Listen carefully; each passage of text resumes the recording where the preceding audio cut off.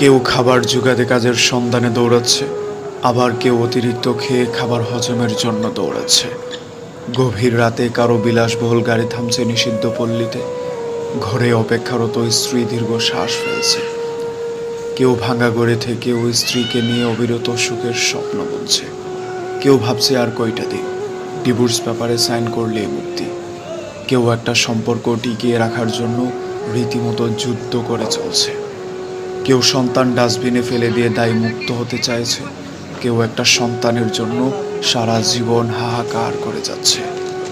কেউ লাখ টাকার ডাইনিং টেবিলে বসেও তৃপ্তি সহকারে ভাত খেতে পারছে না। কেউ পেঁয়াজ কাঁচামরিচ কচলিয়ে গোগ্রাসে ভাত খেয়েছে। কারো দামি খাটে শুয়েও আবার ঘুমের ওষুধ খেতে হচ্ছে। কেউ আবার হিমেল হাওয়ায় রাস্তায় ওভারব্রিজে ও ঘুরে ঘুমোচ্ছে।